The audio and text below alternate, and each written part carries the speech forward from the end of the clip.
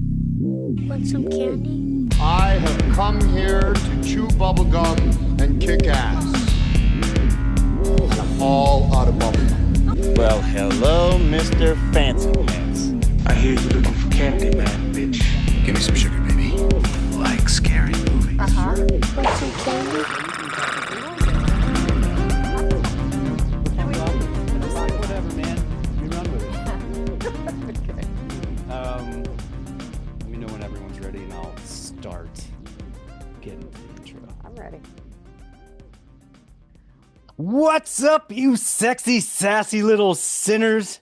Welcome back to another episode of Monster Candy Podcast with myself, Screamin' E from the Memphis Murdermen, Buuuut Sparks from Tsunami Bomb. And we have a special guest tonight.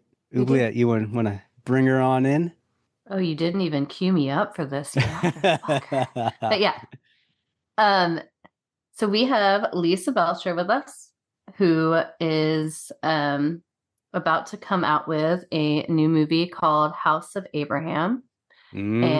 And we have a mutual friend who posted about the movie, and I wrote him being like, hey, she wants to come on the podcast, or she wants us to do the movie.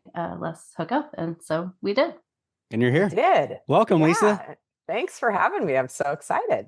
We're so excited because anytime we have a guest, so normally we have our third friend here, Mike Terry from another band, the Jukebox Romantics. He had a long weekend with the family, so he was missing tonight. But Fill in. I'm there here. you go. Anytime we have a guest on who's not a regular, they get to pick the movie. And you picked Ryan Coogler's smash hit, Smash it. Sinners. Did pick it. Sinners. You did. But before we start to talk about Sinners, we're going to get into some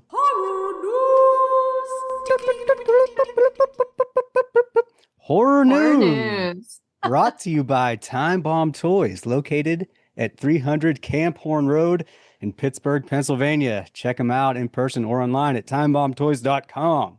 All right, horror news. And this is the segment we talk a little bit about some horror news, if that wasn't self-explanatory enough. What do you got, Buuuut? So I sent it to you the other day, so it won't be a surprise. But I heard that Justin Long and Kevin Conley are teaming up for a new horror movie called Lice. Yes. And it's been being shopped around cans. What do you call it, Lisa? However Do you you call wanna it say it. cans or cons? I call it can. Right. I think Mhm. maybe. And that's did what I speak call it. French a little bit. Well, as Yeah. long as you say it with a ho at the end of it, I guess. Ho, it- ho. Spoke to can. You just Yeah. own it. Whatever you say, just own it. Cans. The Yeah. stinky cheese frit cans. Wait. You see? Perfect. So yeah, it's about lice. It's about a parasitic invasion of lice that's gonna hit Long Island. But Wait, has there ever been a movie made about lice? That's kind of awesome. I don't know. I mean, and I think they are it's fucking horrifying. terrifying. Yeah. It is. Like, as someone who worked briefly in high school at like a preschool, lice is no fucking joke. Or lice lived- and scabies, and hand, mouth, foot, like Coxsackie virus. All three of those things. Oh, Well, especially if Scary. you grew children up in, carry some shitty things. yeah, especially if you grew up in the 80s. That was like a huge thing. Oh, there's lice. Yeah. So everyone had to, my mom would fucking spray me with like anti-lice spray. And I'm like, what are you doing? And Oh, I'd dude, go, back then they just like shaved the kids' heads. Oh, Like yeah. little boys, you'd see them all Uh-huh. the time. They just come to school with a shaved head. You'd be like, oh, lice. like, I know what you have, buddy. Yeah. Well, and it's such You're a covered in shaming thing. bugs. Right. Yeah, if you have lice, you're shamed. But Yeah. like, what did you? Doesn't mean you're dirty. At least I think that's what it means. I don't know. Well, they say Yeah, no. it's weird because the lice, I've heard that they like a clean head, like a clean scalp, because they're able to like live there and lay their eggs and stuff like that. Oh, it And makes like it's a nice ecosystem for them. Right. I've heard the same. So when it's dirty, they can't thrive as much, so it's not necessarily a productive environment. But so which would growing up interesting is the opposite. You're like, oh my God, you're a fucking scumbag dirtball. Yeah. right. But- Wait, so what's the premise of this film? Did they give you any more? So they say it's going to be like a gruesome 80s high school film, which, totally makes sense since every actor they named is in his 50s or possibly late 40s. But they say it's going to be a mashup of The Breakfast Club and Lord of the Flies, which is kind of a tall order. And you got to be careful throwing around words like that, in my opinion. Yeah. But they don't really give that much more. It was written by the people who did a movie called The Hemingway Thief, but I'm not familiar with that. But it does have some of the people, not just Kevin Conley, but some other people who were on Entourage. And I mean, Entourage was a funny show. Here's a little bit. When the high school goes under military lockdown, the itched, crazed students turn on each other in a desperate struggle to survive. Itch crazed. Oh, wow. Okay, so Justin Long is the principal. Kevin Conley is the detective. Okay, so all these men who are not high school age are actually playing adults in the movie, so that's good. That's good. You never know. Although you never know. It could have been like a Wet Hot American Summer thing, and that could be funny too. But yeah, it sounds fun, and like all the actors kind of said they wanted to make this movie because it reminds them of the stuff that they like grew up on. Even one of them says it reminds them of Monster Squad and that kind of humor. Yeah, I know. That's what I'm saying. They're throwing around some big things here. I don't know. I think highly of themselves, maybe, or They just a lot of marketing. Right. Yeah. Because everything they're going for, like, they're big movies they're comparing it to and stories. So, I mean, I don't know. It seems interesting, the fact that they're leaning into comedy. I always like horror comedies. It could be really cool. I'm curious as to who the kids are they're casting. But I don't know. What did they call it? Gruesome or disturbing? 80s gruesome high school comedy. Right. That's a thing. Marketing. I mean, I get it. It's marketing, but too many people fall for it. Every horror movie this is the most disturbing movie you've seen all year, or this is the most disgusting, and rarely is it that. And it's such a pet peeve of mine because for like the last couple years, that's every horror movie that's come out. This is the most fill in the blank. You're like, no, it's not. Like, stop lying to me. So that is kind of true. Yeah. But Justin Long, I mean, I like him. I have a love-hate thing with him. Yeah.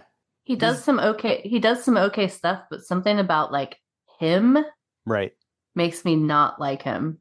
Yeah, he always as soon as I hear he's in the movie, I'm like, okay, it's definitely gonna be campy and a little bit ridiculous and funny. Like, I love Drag Me to Hell. Right. And I like Jeepers Creepers. Yeah, I forgot he was in the first one. I've completely forgotten about the first one. The first one's good. Right. The second one is the one that's always on, that they're always putting on TV. It is. But yeah, like something about, like, I like his acting, but I feel like I would not like him as a person. Yeah. And so I hold that. I can't help but hold it against him a little bit. You might be right. All right. So my only other news was, and I actually meant to mention it last time and I forgot. So there was a movie that came out a while ago called Kung Fury. Mm-hmm. That was funny as shit. And was definitely like a 80s action throwback and a ridiculous level. Yep. So they filmed a second one, and the second one has Arnold Schwarzenegger, Michael Fassbender, David Hasselhoff, and I know it was supposed to. I was so fucking excited for it, and in 2020 it ran into a bunch of post-production issues, and it's just been like sitting in limbo, even though this thing has been fucking filmed with all these people. So they just a couple weeks ago released the sizzle reel for it. And it looks so fucking good, but I don't know that anything's ever going to happen with it. But I'm hoping that maybe someone's trying to resurrect it. either that or they just fucking made the sizzle reel to make us all realize what we're never gonna. Yeah. It'll be weird to see if it does come out. It'll be weird to see them younger than they are now. Not that it's that's a lot of years, but sometimes people age because Arnie's looking pretty, he's looking pretty rough. So that'll be always weird to see. Watch it. It's 10 minutes long, which I think the original Kung Fury was only like 39 minutes or something super short. But Schwarzenegger, cigar in mouth, talking about kicking Nazi ass, Pete Schwarzenegger. Right. But Fassbender is an agent, and he's in this like kind of unitard-ish, like Star Trek-y looking outfit. And his name is Colt Magnum. But he's got an awesome mullet, and in the sizzle reel, he's talking about how to make justice omelets. That's awesome. And David Hasselhoff. The sizzle's 10 minutes? Sorry.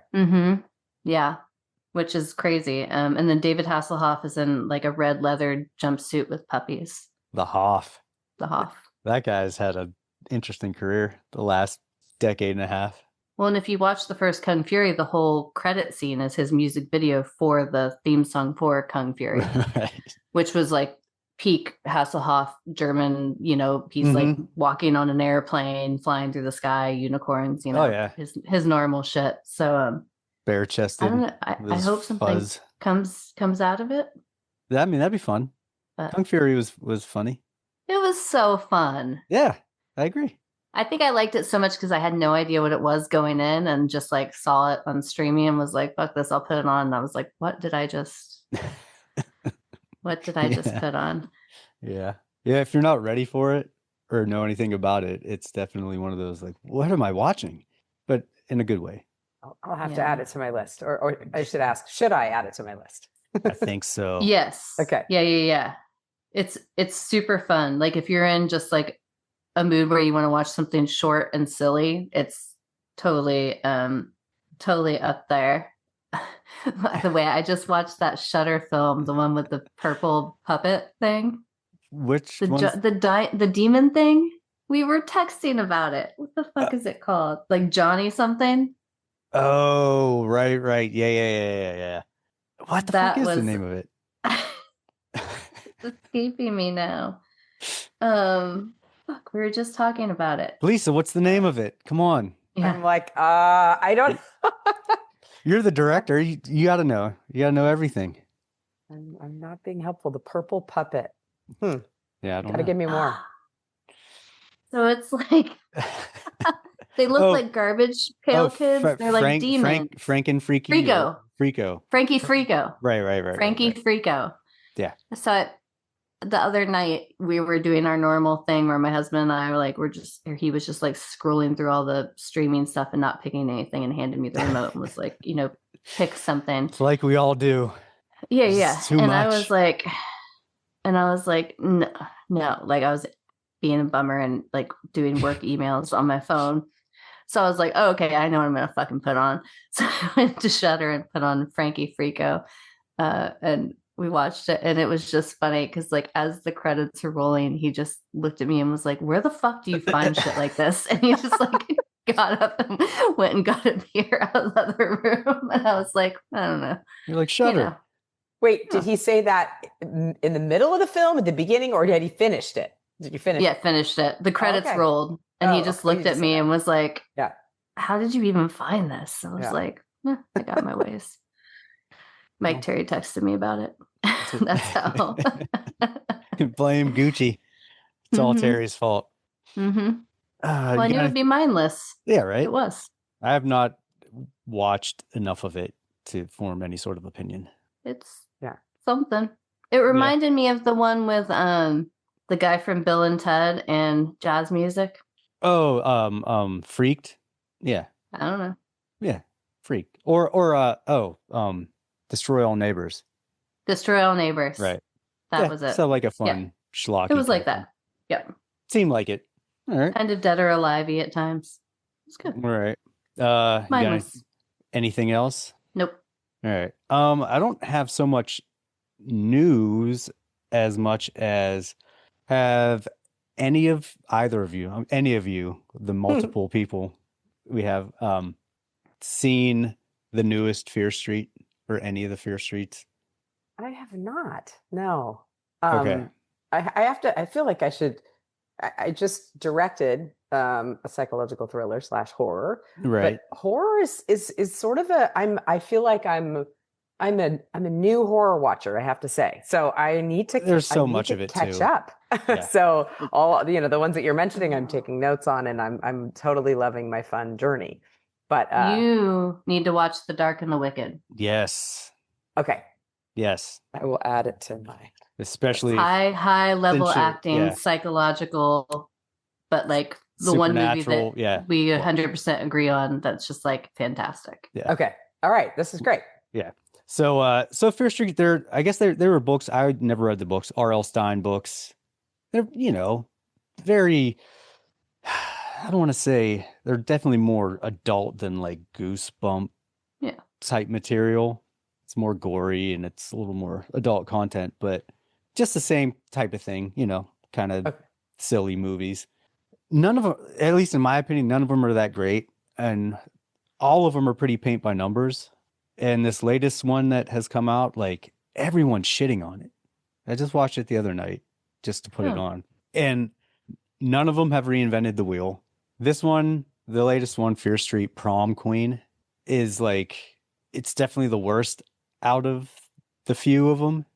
But it is what it is. It's just teenagery, silly horror stuff. They throw tropes and, you just do all the tropes and you do all the typical acting of a horror movie. It is what it is. But Bloody Disgusting wrote like a big shit on it article. Rue Morgue did the same thing. I've seen a bunch of online stuff. And it's so weird. When outlets decide, it almost seems like coordinated. They're like, okay, it's like a bandwagon thing. Right. This like is the thing one does it and then they're all like, fuck this. And they're just piling on this thing as if it was the worst thing that's ever been made, which it isn't. I mean, it's not great, but it is what it is. If you're a young adult, older teenager, it's fine. Prom, people get murdered. It's fine. It's whatever. But man, it just blows my mind at how much they're shitting on it when the other ones aren't like some sort of cinematic masterpieces in horror. They're like slightly better than this last installment. So to me, it's how many have crazy. there been? I think this is the third or fourth one. Fourth one, yeah. I think I saw it. You said it's called Prom Queen. Yeah, I've seen definitely some stuff online about reviews, but haven't seen it yet. Yeah. I think the thing is, and like we all kind of know, when you get into these like subgenres or like very specific genres, people don't just like it. They are super passionate and like love it. And they also, you see these kind of cliques within it, and they do the same thing when they like something. There have been like some real pieces of shit, and one of those outlets will talk about how it's the greatest movie ever, like fucking Longlegs. I was just gonna say Longlegs. We have this thing with Nicolas Cage. It's an ongoing gag. We have caged episodes, and we talk about him specifically in his whatever horror movie is. And Longlegs was one of the ones that we hated collectively, but we were so fucking excited for it. Like I bought into the hype. I bought into all the fucking propaganda and the bullshit.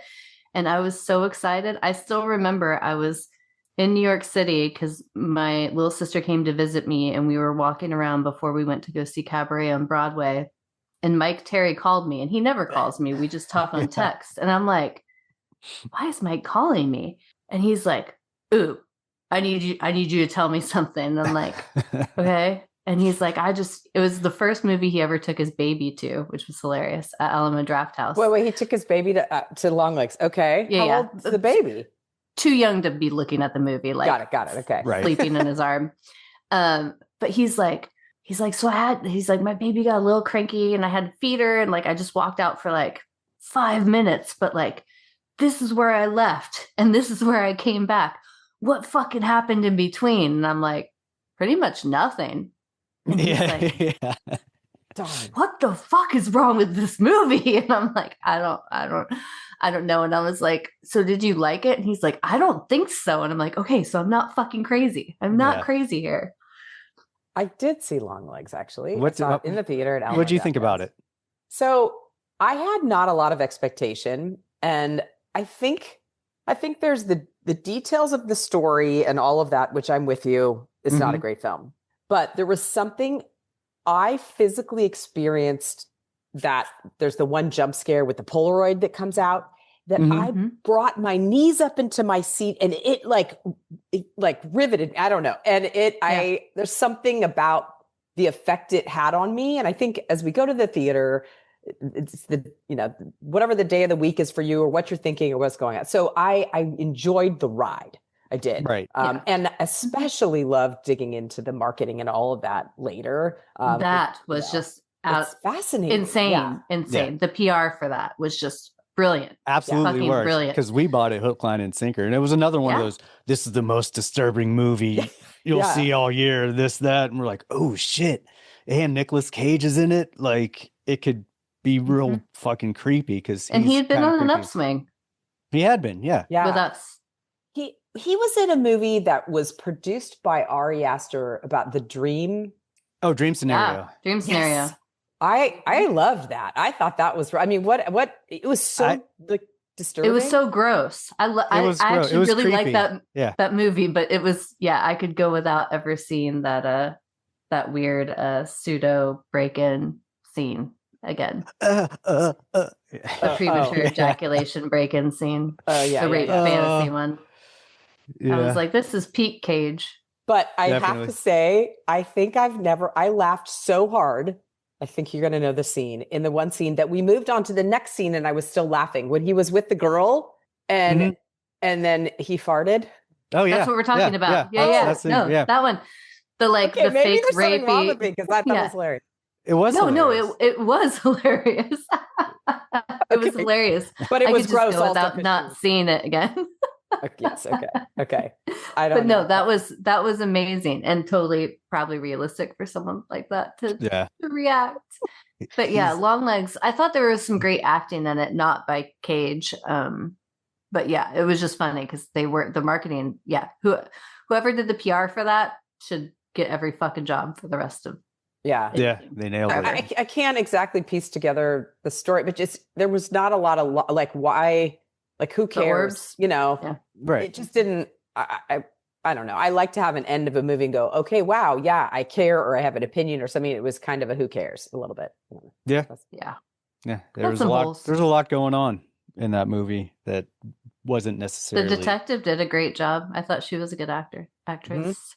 Yeah. There was good elements in it for sure. They just cinematography was good. Work out in the end. That's about it. Was just, he was he just like a dick on a fish. My long legs over here. What? But the least scary person in the world. That's where I couldn't get over it. Is like he just didn't scare me at all. And he wasn't creepy. He wasn't weird enough to be scary. It was like too much. It was just it was comical. Yeah. It was. The minute I saw him. And he's like, oh, hey. I'm like, that's Tiny Tim. And I couldn't get it out of my head. And the grandfather from Family Guy. Yeah. Come on, Chris. Come sit on my lap. I got my long legs. And the whole movie, I'm like, I'm not buying any of this. This is too ridiculous and silly for me to buy in this universe. But marketing is crazy. And it's weird Oh, good. Talking over you. Sorry. No, I was to say, I think that's a really, at least for me as a film watcher, I need to buy into the world, to the characters, to their choices, all that sort of stuff. And they lose me really quickly when that doesn't work. And, his performance and his character just pulled you out of it. Kind of. Definitely. Dark and the Wicked. Those characters would get you. I can't recommend it enough. But I'm excited. I have homework. Yeah, that's especially if you're living out in Texas, it's like, oh yeah, perfect. Okay, yeah. But that's all my news. I just found it weird that they're just piling on this thing. Like, what did they expect from it? But because it doesn't seem natural or genuine to shit on a thing that, in the grand scheme of the series, it's supposed to be a fun movie. as far as I know, they're always kind of like fun young adult movies. Yeah, it's just a throwaway, like, oh, this is for the, 14 to like 21-year-old audience that's slightly into horror or whatever, just like Hard Eyes or any one of the new slasher movies. It's like, it is what it is. Like, no one's watching it to be like, man, this acting is really riveting. Like, they're going to get nominated for anything. Right. It's like, okay, yeah. So a girl runs into a room and a guy kills her. That's what it is. So it just struck me because they were like super harsh. I'm like, man, when there's so many more movies that you could actually be harsh on, and they're just like, oh my God, this was so gruesome and amazing. Was it the same sort of audience age? What was the Blumhouse film that was like the Chuck E. Cheese, but was that Five Nights at Freddy's? Five Nights at Freddy? Yeah. It was... I mean, because that, as an adult, like looking at a horror movie, was insanely stupid. But it made so much money, and it was able to maintain that PG-13, which I thought was fascinating. Yeah. For kids that want to say they're watching horror, but that one got me though, because like probably 30 times I've downloaded those games. Oh, okay. And I can't play them for more than 2 minutes without getting so scared I delete them all. Because it's all like insane jump scares and like ominous like build up music or like really slow music. I just can't do jump scares. But so I like went in saw it in the theater with my husband, and I was like, oh, there's gonna be all these jump scares. And then at the end I was like, my husband was like, isn't this game that scares you? Because there was nothing scary about this movie. He's like, I thought you were going to jump out of your seat, but nothing happened. I'm like, yeah, I know. Kind of a bummer. Literally that game, even in like, before you hit start, like in all 6 of them, before you hit the start button, something's jumping out at you and like biting at your face. Oh, I would hate that. Yeah. It's very stressful. Is it like your friend sends you the video on Instagram and you're watching, and then a big spider comes in at your face or something? Yeah. Is it like one of those? Okay. Yeah. So what it is like you are at the desk with all the security cameras watching like the Chuck E. Cheese at night. And like power's going off in some rooms. So like one will be strobing, another one shows motion, and like an animatronic disappears. And basically in the room you're in, there's like air conditioning ducts, a door, like a few different ways that something could get in. So you're having to watch all the cameras and keep looking at all the ducts and everywhere until something appears. And like the second you think, and all you hear is like boop, boop, boop, like beeps and kind of weird, like low chords and just very dreary. And then all of a sudden there's one of them just like fucking teeth out, like coming at you and jumping at you, and like blood everywhere, and the game ends. Like, I don't know why people let their children play it, because it's terrifying. It's terrifying. And I've only gotten killed once out of like all 6 games I've downloaded, because the other ones I couldn't even make it that far. Because once I see a shadow move, I'm like, nope, never mind. Why did I download this? I don't want to play this shit. I'm done. I hear a weird sound. I'm like, never mind. I hate this. But yeah, so there's going to be children with heart problems later. Yeah. High blood pressure. Either that, or they're just going to be, nothing's going to scare them. They're going to be like, whatever. Yep. Huh. Well, me. I don't care.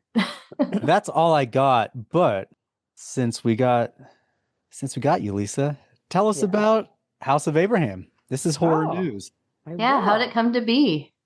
So House of Abraham is a psychological thriller / horror. And it's, let's see, how did it come to be? So Lucas Hassel, who wrote the script, he also plays the role of Abraham. The two of us have collaborated on some previous projects. And so we were just trying to find the right thing to do next. And so we were talking at this point, it's been a couple of years, but Lucas came up with the idea for the film. And so it's the House of Abraham is sort of this mysterious cult. Mm-hmm. And Abraham, this charismatic guy, invites 6 people to his home for a weekend to help them to end their lives. And and our main character, Dee, played by Natasha Henstridge, when she arrives at the house, we think she is suicidal, but she actually has a secret agenda, and it takes the weekend on all these different twists and turns. That it does. So that's House of Abraham. Yeah, Natasha Henstridge. I don't know if you remember her from Species in the 90s, the whole 9 yards. Who looks amazing. She looks amazing, and she was incredible to work with. Just was so, I mean, honestly, she came on 10 days before we went into production and was just here and ready to go and just so professional and brought her A game. And she did a good job. I've always heard that she has been like a pretty chill person to work with. She is. She takes it seriously enough, and I take it very seriously, but I also am like, you guys, we're not curing cancer, we're making movies, right. So let's have a good time too. So, and she has that perfect balance. And Lucas has that same balance. And so does Lynn Shay, who has been in a lot of horror films, Insidious and a lot of the Farrelly brothers. So she plays the role of Beatrice, who is Abraham's sort of creepy assistant. So she and Abraham reside at the House of Abraham and have their weekends of different crops of people coming to visit. So, the kind of the big bad monster in the movie that is more human nature. I'll just kind of leave it there. So, yeah. So, question for doing research. Yes. On these type of cult leaders. Have you ever heard of Teal Swan? No, I have not. Tell me. Oh gosh, now I need to look him up. Or her. Her. Okay. Yeah. Her. Mm-hmm. Look into her. She's like the self-help guru that's not, she didn't go to school for any of this stuff. Well, she kind of went to school, but she's not a doctor or anything, and she gives all this information, and she has these retreats. There was a documentary on her maybe a few years ago, I think 2018, maybe somewhere around, anyway, or maybe like 2020. Check that out, and then it'll be interesting for you to see the parallels between Abraham and just the stuff that happens, and how they, cult leaders always tend to, which she hates, I'm not a cult leader. People come and leave on their own, on their own volition. It's like, do they though? Mm-hmm. Yeah. Because there's a lot of manipulation when you first, oh yeah, you can leave. Sure. I mean, if that's what you want to do, if you don't want any help and you want to not, if you're not committed to your choice. I mean, right. You're not committed. I get it. It's, yeah. So when I was watching, because I watched this a few weeks ago, and I watched the documentary on Teal Swan. Wasn't that long ago? Because you told me you guys were going on one of her retreats. Yeah. I was like, who's Teal Swan? I looked it up. I'm like, wait, are you really going on the retreat with this woman? Yeah. But when I watched the movie, I'm like, yeah, that's checks. Everything checks. I'm like, yeah. So it made it, with that information, it made it a little more, I'm like, yeah. Mm-hmm. It seems about right, for sure. Oh, that's now I'm excited for you to look into her or to watch that documentary. Okay, I will. It's fucking bonkers. Yeah. Is it really? It's it's, of course, House of Abraham is just a entertaining thriller horror. That's it. But there is a I'll just call it like a layer of truth that I think we're, not to get deep, but we experience in our society right now, just as far as like manipulation, whether it's in the media or, I mean, there's just so much information coming at us from different ways, and it's hard to find truth.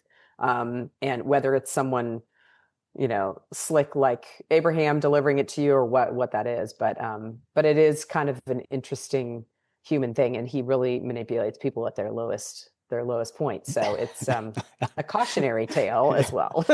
I'm so excited for you to watch this documentary.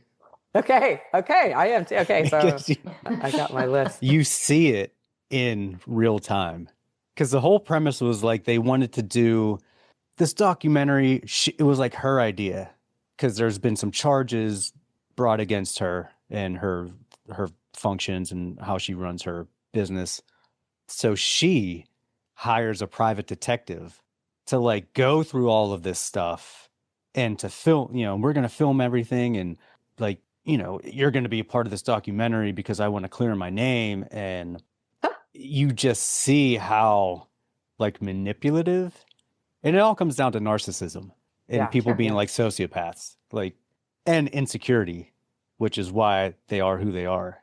And it's like everything she tells her clients, quote unquote, it's complete projection of what, because there's a whole laundry list of like bad shit that's happened to her in her life and all this trauma. But of course, a lot of people are very skeptical of, obviously something happened, but she's one of those people where the worst thing humanly possible has always happened to her. And she shares this with her victims, right? But not her victims. So they have empathy for her and think she's real. Maybe I don't know, I'm just making assumptions, but because hurt people help hurt people. Yeah. It's totally like, oh, I know you were abused when you were little, but I was abused and kidnapped and raped, and it's just like one-upping any sort of bad instance that could happen to a person, where it's like, oh yeah, man, that sucks. Yeah, I was kept in a hole for fucking 4 days. Well, where are your parents? Well, they just didn't know where I was. There's always something, and you're like, I smell bullshit, lady. Oh, so I want to watch. Okay. It's good. So, but it would definitely be in line with Abraham. Okay. Yeah. So, all right. But check it out. All right. Well, that's all I got, and I think that's all we got. So that's been Horror News. Time to get into Sinners. I feel like I'm going to be the odd man out. You were gonna shit on this, well, but not unwarrantedly. Like there's things. I think it's probably unwarranted. It's not. Go ahead. It's not for me. Read the fucking synopsis. Do I need to read the synopsis? Just be ready. I'll read it. I'll read it, and then we'll get into the stuff we like, because I did like some stuff about it. So anyway, All right. Trying to leave their troubled lives behind, twin brothers return to their hometown to start again, only to discover that even greater evil is waiting to welcome them back. Yes, but there's a problem with that, and I'll get into that when we talk about the stuff we didn't like about it. Oh, come on. See, some part of this podcast I actually feel like is like E and I being on the debate team, because and then also like a little, like definitely politics in it, because I'll start tugging on his heartstrings and like kind of plead to get people to switch their scores. Which has worked in the past. It has. Yeah. I switched mine for you too, buddy. Oh yeah, I agree. Okay. So candy corns. Since I probably have the shortest list of likes, I'll start off. The things I did like about it. Okay, but I feel like if someone else starts off, maybe you'll have more. No, they won't. They won't. We I know exactly. Convince him. Yeah, maybe. Okay. But it was shot well. I love the way it was shot. Ryan Coogler did an awesome job at shooting. I like the set. I like the setting, the era, like all of it. I thought was done really well. And it was mostly acted well. There's people in it that I do not like as actors, and it's Michael B. Jordan. I don't buy him in anything aside from, have you seen Chronicle? No. Okay. Chronicle, it's like a superhero movie, but it was one of his, maybe not one of his first, but it was an earlier movie where he played himself pretty much, and I bought it. Everything else, I'm like, I don't buy you acting. I don't buy anything you're acting. So, but everyone else I thought was great. Who's the actor that played Cornbread? Oh yeah. Cornbread. We like him. Yeah. Oh, God damn. Delta Slim. Hello. Mm-hmm. Yeah. He's amazing. Yeah. He's an amazing. I've never seen him in I won't say bad movie, but I've never seen him give a bad performance. Yeah. So I was really excited when I saw him. I'm like, oh, okay, here we go. Now we're getting good. Oh man, what's that actor? Omar Benson Miller. Okay. He was great. Aside from, Delta His Slim. name was just fun. Yeah. But he did like, nobody ever wants a spoiler alert. We do spoilers here, so when you talk about anything, it doesn't matter. Okay, so we can. All right. Yeah. But you never want to see like the fun-loving, jovial guy get got. You do. Of course you do. No, you're always like, Yeah. I want him to make it. And when he gets, He never makes it though. I know. That's always the first one that gets got. That's the part where you're like, oh, Being nice and really silly wish- is a weakness, man. know, Horror I movies know. take those bitches out.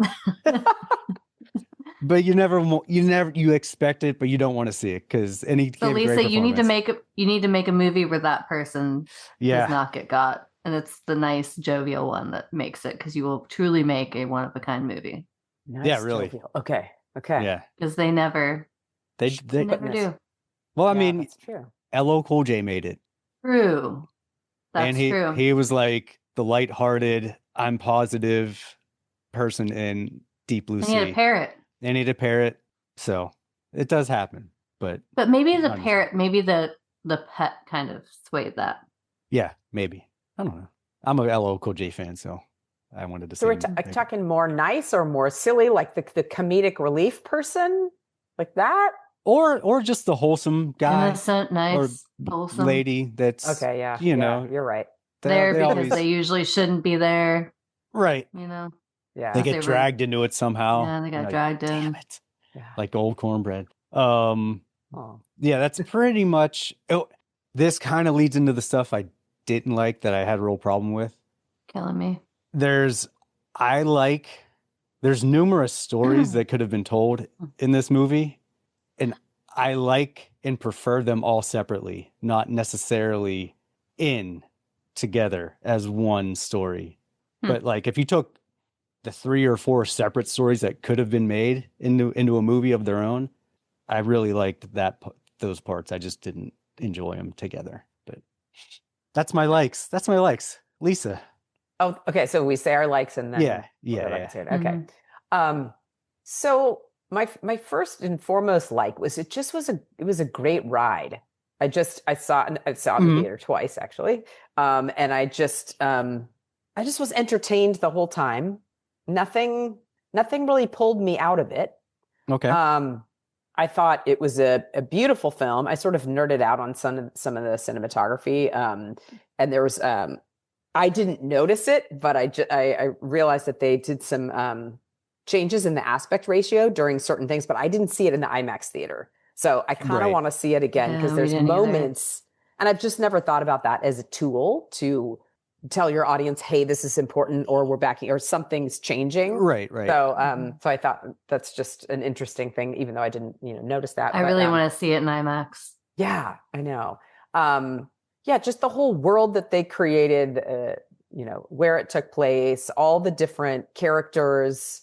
Performances. I think that Delta Slim would get my A+ there. That, I mean, his character and his performance were just his character and his acting, him and what's his name, Miles Caton or Catton, like they for me pulled the movie in. So this is venturing into maybe what I don't like, but I'll just put a pin in this. Is who's our protagonist? Like, right? See, right. That's but I did enjoy the differences created in Smoke and Stack. I think I didn't get lost really who was who because of there were certain things that I think color palette too that Michael did, and then also costume design did, and little things, and then just having them on the screen at the same time. I'm sure that the technology is great now, but they're sharing the cigarette in the first kind of scene. But I did truly feel that they were two different characters, which I think is a credit. It's a credit to all involved, but also to Michael B. Jordan as his performance, and especially as the director and the writer writing them differently and all that. So that kind of worked for me. The music. I loved the music. I'm a huge fan of Ludwig Göransson. I'm not sure how you say his last name, but and that we get names wrong all the time on here anyway. So okay, whatever. That musical scene. That again, I feel like they took such a chance with different time framed dancers and people coming in and whatever, but it worked. I just was enthralled and I just wanted to get up and dance. That was my favorite scene. I thought that was visually so exciting, and the music and everything So yeah, and then I loved the end credit post credit scenes. Mhm. Buddy Guy. Oh yeah. Yeah. Oh yeah, that's another thing. Yeah. I like that they had Buddy Guy in it. Yeah. Of course. Oh, Yeah. that's cool. And the blues music and the whole feel of it. I also like that, and again, we can get into this later, is what I didn't like. How do I say this I didn't feel that it was a big message being stuffed down my throat. There were messages, and there were quite a few of them, but it could have been too over the top in that way, with the vampires being the bad guys and all that, if you know what I'm saying. So I thought it was delivered, like it was entertaining, and it didn't feel like a total message. Like, you gotta figure this out. Well, yeah. Although there are lots of possible, so we'll discuss that on the next round. Yeah. Yeah. I think that's it. But I had a fun ride. It was a fun ride. Oobzilla, you're up. I am. So we kind of covered this in horror news after we saw the trailer during one of the other movies we covered. And after that, I really tried to do as much as I could to not read anything else about it. We were a little bummed out, all of us, that we felt like maybe they gave away too much in the trailer, in that they were vampires, just like Abigail did. And we thought it would be better as kind of a surprise. I have to say, this movie completely surprised me in so many ways. I definitely thought it was going to be like blockbuster, big, epic, like long, kind of insane story. And I think why I liked it so much more than I expected is that they really did a great job in the nuances of being like as complicated or like as much storytelling as and good as it needed to be, but without too much. We talk about a lot of the classic horror movies and how they remind us of stage plays. Mm-hmm. This is a stage play. This could be on Broadway. Like it could easily be adapted in that way. I liked the character development. I didn't think it took too long. It was interesting. And I like that this is all over the course of a day. Like 24 hours. Exactly. I love when you can take this sort of story and be like, put it into such a condensed time where so much happens. I am a big fan of kind of the stories that seem real. I hate saying real because this is obviously supernatural, but like I was born in Pensacola. I love the Deep South stories. I love what it showed and didn't show. I love that it didn't get too preachy with what it was, but it had kind of all the elements you would want to see. I thought musically it was very surprising to me. I knew it was going to have great Delta blues and kind of these like numbers that we saw in the previews. I had no idea that it was going to be more of a musical and like the vampires would have their Irish songs. And I really liked, although I'm not a big fan of Lars Ulrich, I really liked the heavy metal in the transitions. It reminded me of like the 80s horror and like Exorcist, like Damien type, stuff where you would Rosemary's Baby, where you would have these like like sort of things in between, these like operatic, and they did that but with metal. So I thought the transitions were great. I really thought this movie was going to be like trying to be way too overly serious and like this dramatic horror movie, but I think it had just the right amount of campiness, and it was a lot. Like this reminds me of Buffy. It reminds me of Evil Dead. It reminds me of movies like Moulin Rouge, where they put the songs into it. I appreciated it and was very surprised at some of it. Like it was silly. There was so many silly parts. So I had so much fun with it because I really thought it was going to be kind of drawn out and like, and especially because the first part, it is all character building. So I was like, yeah, we're not going to see much action, and it's going to be just like kind of overacting and more story than like fun. But then once that joint got going, it was like nonstop, like real silliness. And like, even when as people turned, as they kind of like showed up at the door or whatever and did their bits, it was funny. Yeah, I agree. And I know you don't like Michael B. Jordan. I honestly have seen a couple of things with him, and I don't even like remember him in it. And like I said to you via text, I do not find him an attractive man, but it's the gold teeth and the toothpick. Like, I thought the twins were kind of hot. I'm with you. I don't. Yeah. When you see Michael B. Jordan in his normal clothes and his normal, but Smoke and Stack were hot guys. Yeah. That is. They were. I drank the Kool-Aid. Dude, that is totally Kool-Aid, because that's one of the themes that everyone who loves the movie, at least as far as women go, they're all like, ooh, they always will mention, like, at least the things I've seen from people online that I know or whatever, they always say, oh, Michael B. Jordan. Like, I have a few friends, I'm like, asking me if I saw Sinners yet, and I'm like, yeah, or, I don't like Michael B. Jordan, like, oh, he's so hot though. And I'm like, okay. Yeah, but I don't think he's hot. But I know I'm kind of weird too. Like, Daniel Day-Lewis in Gangs of New York. I was like, not in my left foot. Oh.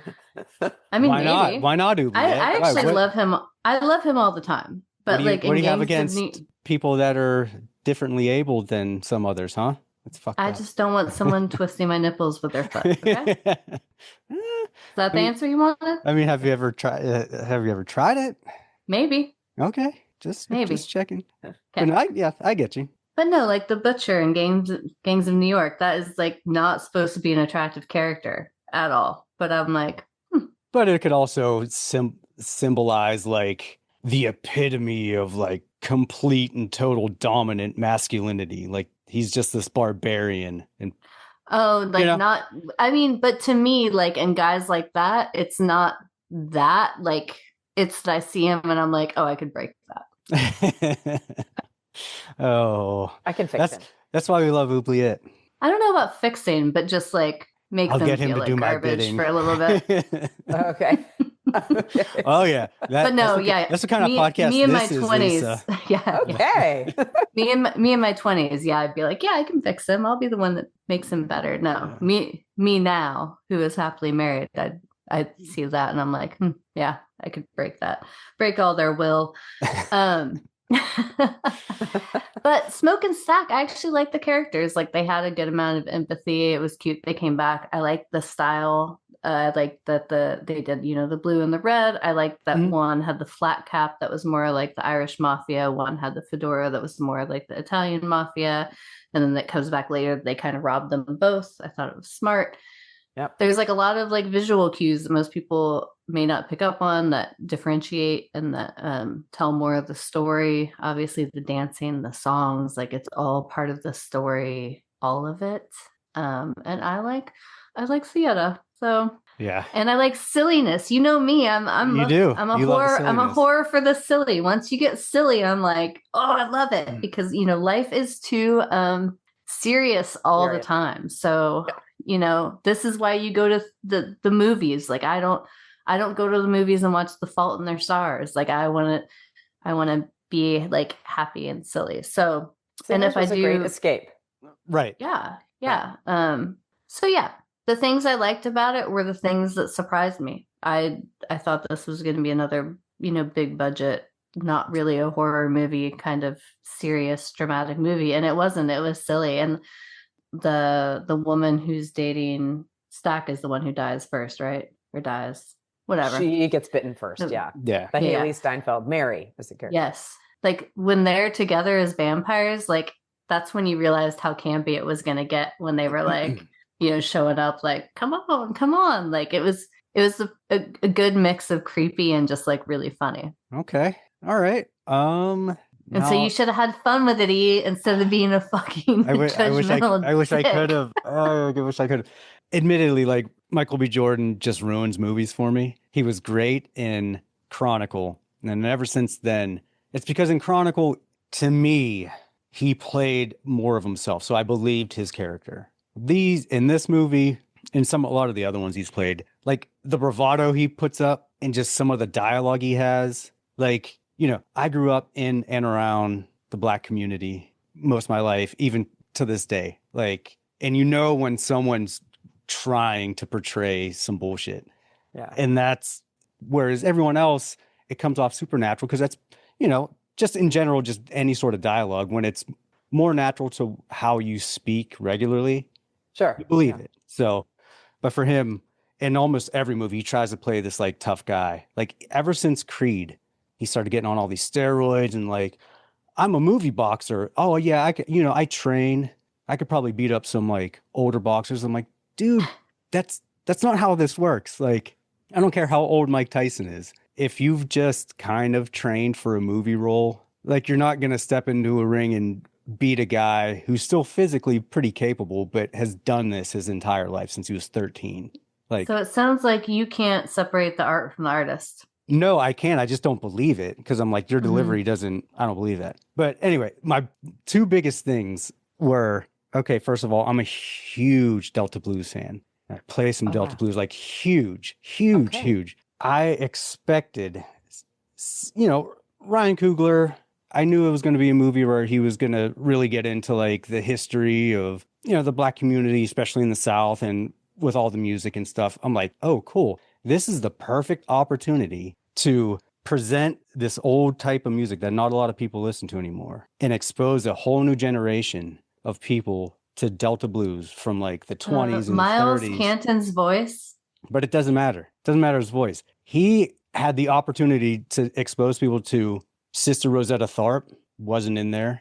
Reverend Robert Wilkins, not in there. I mean, awesome for him for getting Buddy Guy in there. Like Buddy Guy is awesome, but he's not like the of the time. He still came later. So you didn't have Mississippi Fred McDowell or my favorite Brownie McGee, like all these OGs that were putting out music from the 20s and on. I'm like, dude, this is the perfect. There was one part in the radio when they pick up when they're taking what's his character's name?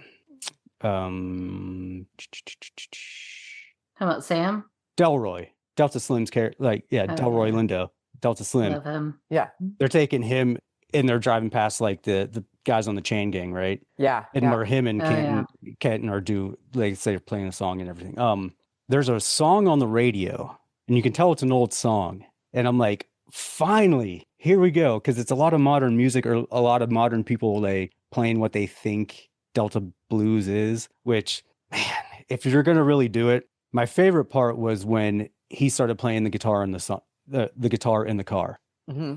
And they start singing. I'm like, with Delta Slim or with Smoke or Stack? I mean, with I think it's when they pick up, when they're taking Delta Slim to the thing.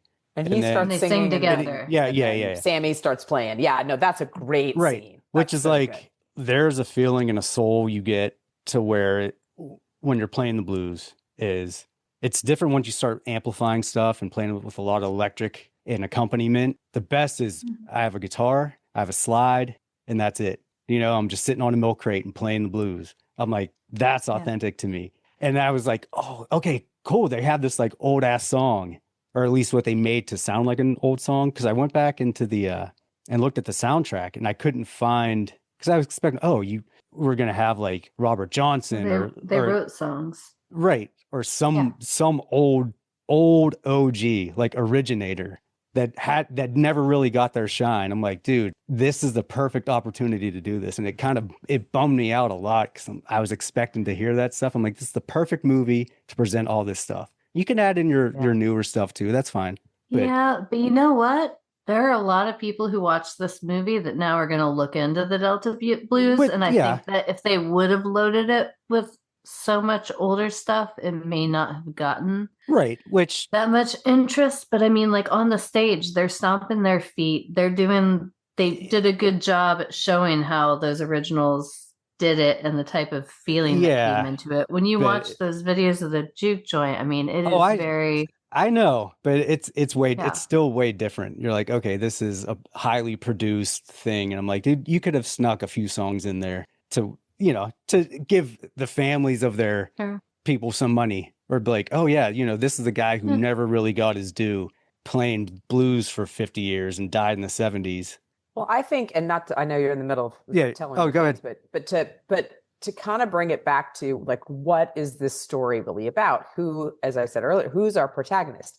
If we leaned into Sammy, then the story is all about the music. Right. And because I don't know, the smoke I and think snack, it's the twins. The twins. And the military history. I would say it could be Smoke if you watch kind of his story. And remember when he shoots the guy initially and he shows tough guy, and then he walks into the market and he's like, here, fix him up and give him some money. So he kind of like shows that he's a good guy, and he's definitely the better twin, if there's a better, I think, you know. So it could be his story, but it also, I mean, we start with Sammy, we end with Sammy. Mm-hmm. So I think, so I'll let you finish because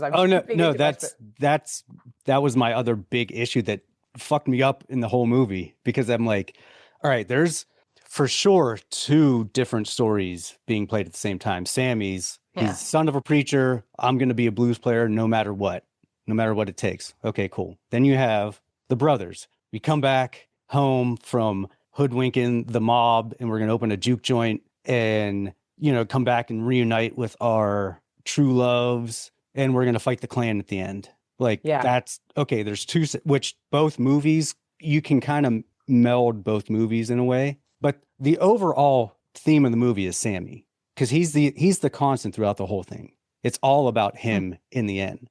And then you add in like the random vampires. They're getting chased by the Choctaw Indian vampire hunters who are in there for 2 seconds.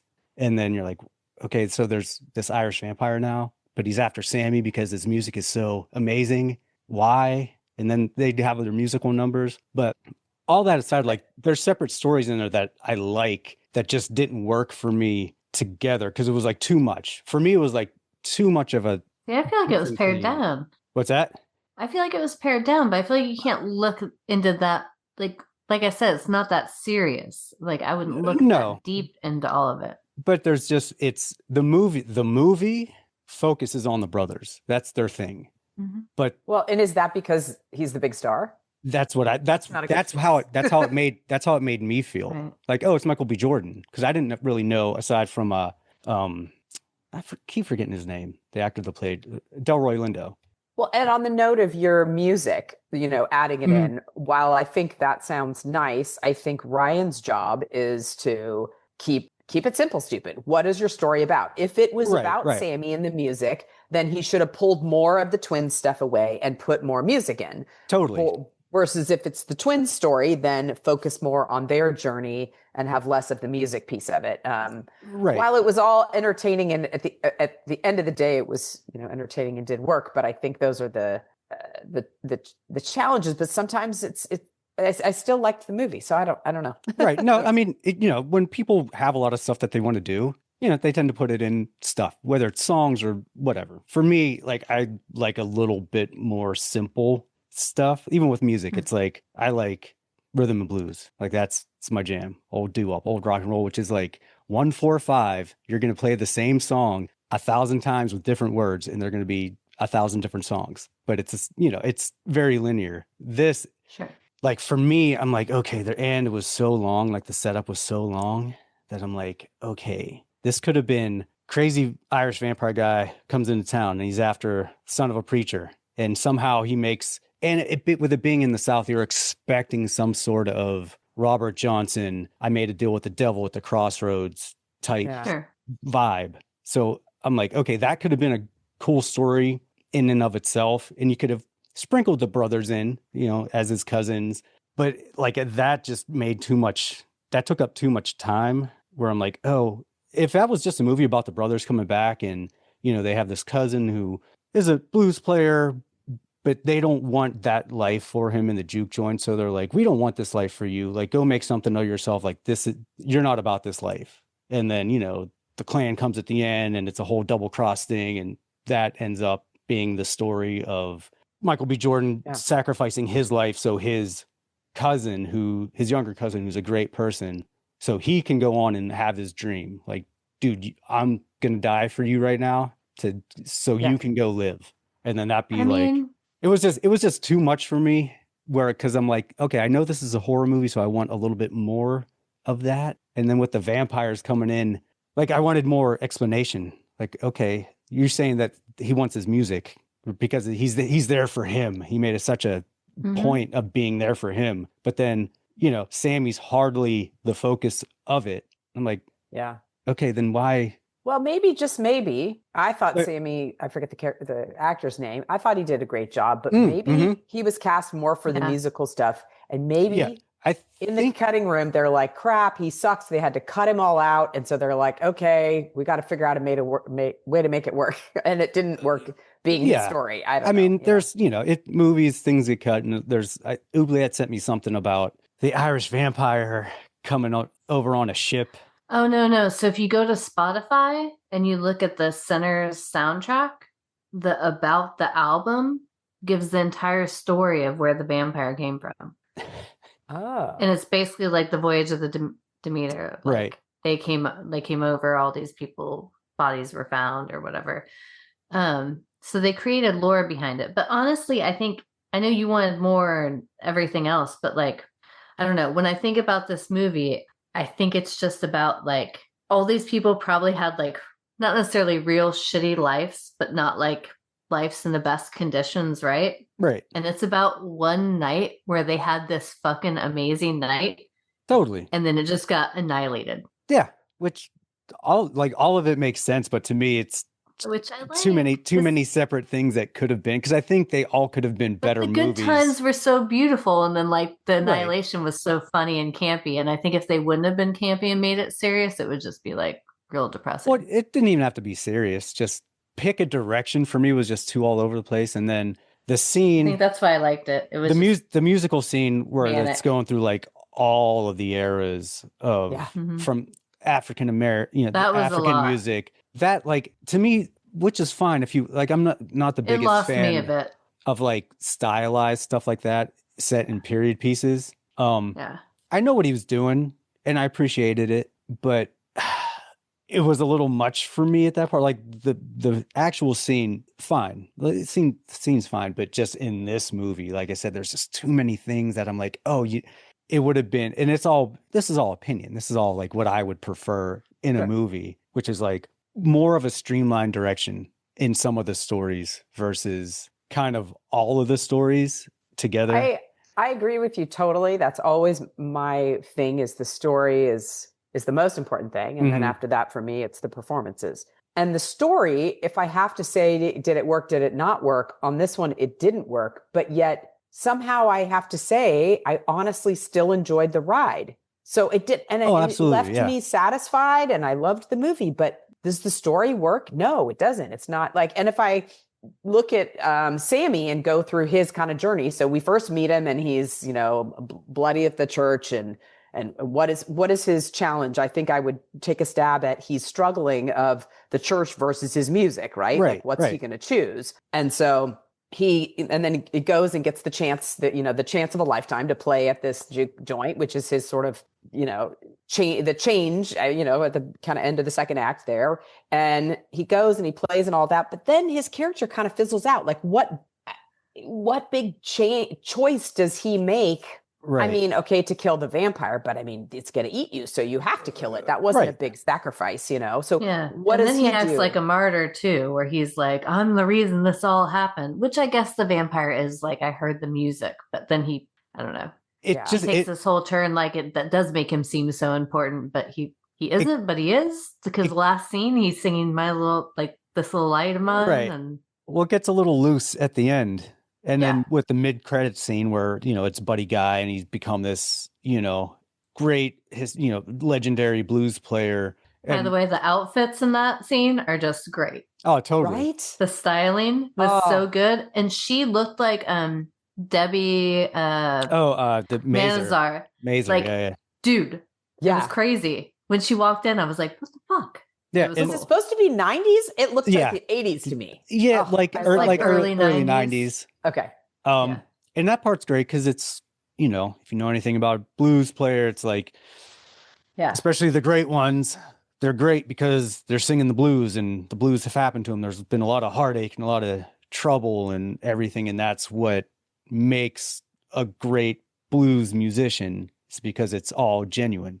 which Yeah. totally would have worked with this.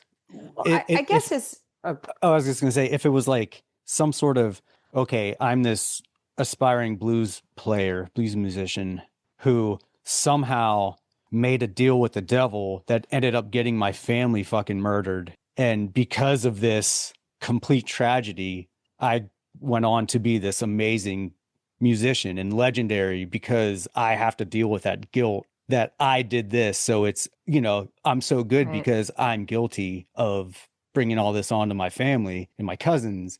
Or I did this thing that brought this evil to the juke joint. Whereas, like you were saying, like half the way in, like after he sings a song, he just kind of like fizzles out and he's just kind of in the background a lot. Even when the vampire's like, I've come here for him, he's just in the background throughout the rest of the movie. I guess the big sort of choice that he makes, it's implied. We don't really see it so much when he's got the guitar handle at the church and his dad is like, throw it down, give up music. And his choice is no. He goes against his family and he sticks to his music. Right. But that kind of happens off screen, if I remember. So it's just not very powerful. I would have had more of a, I don't know what, but. Right. Yeah, it's interesting. There's like a lot of powerful kind of themes and like symbols in this, right? Like the spirit of music, like the Choctaw Indians that were part of the Trail of Tears. Which would have been so fucking awesome to explore them. Which were also like aligned with the Irish. Like Irish have statues, the Choctaws, like they were, the history there is crazy. There's a lot of crossover between African, Irish, and the Native Americans and all of that, which was smart on Coogler's end because he, did his research and he's talked about how he's a huge fan of Irish music and the culture and stuff like that. So that's great. But I would have loved to have seen that.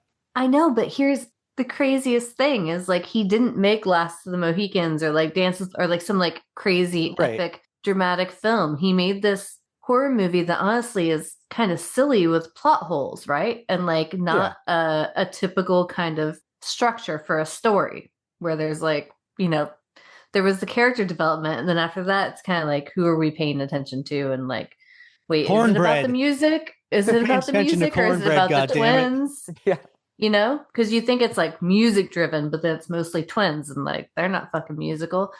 But I think that's what has gotten me a little more enamored with it. Like, so many people have gone to see this, and this has blown up so much, and yet it is missing so many key elements of blockbusters, right? Right. So what is it that people are singing the praises and flocking to it? Like, I know why I enjoyed it and was surprised by it. And it was literally like silly stuff or theatrical stuff and just kind of the random choices they made that I was like, why did they do that? Like, I appreciate this because this shouldn't work. And it kind of doesn't, Yeah, I think people are loving it. It is literally sweeping. I mean, there's for sure there's stuff to like about it, like you can like about it, but also I think but why is it so big? Well, it's kind of what we were talking about in horror news sometimes. Like once the fire starts, people get enamored and mesmerized by like, this is an amazing movie, just like Longlegs or whatever movie that we may think is like terrible, but people are like, this is the greatest movie. Like, I mean, I will say the cinematography, especially like in the club and how it moves, like it was beautiful. And like, everything flows so well. Like it's not just the hype; it does deliver. But it's beautiful to look at. Your point, like what is it that it's delivering? And that's what's so fascinating to me about movies is every person is going to experience it in a different way, but ones that take off, why, and ones that don't, why. It's such a fascinating thing. Yeah, like we just did what the fuck was the Malkovich movie we did? Opus. It came out on A24, which everything on A24 is blowing up. John Malkovich playing the most John Malkovich character ever. He's basically playing Elton John. Juliette Lewis playing the most Juliette Lewis character ever.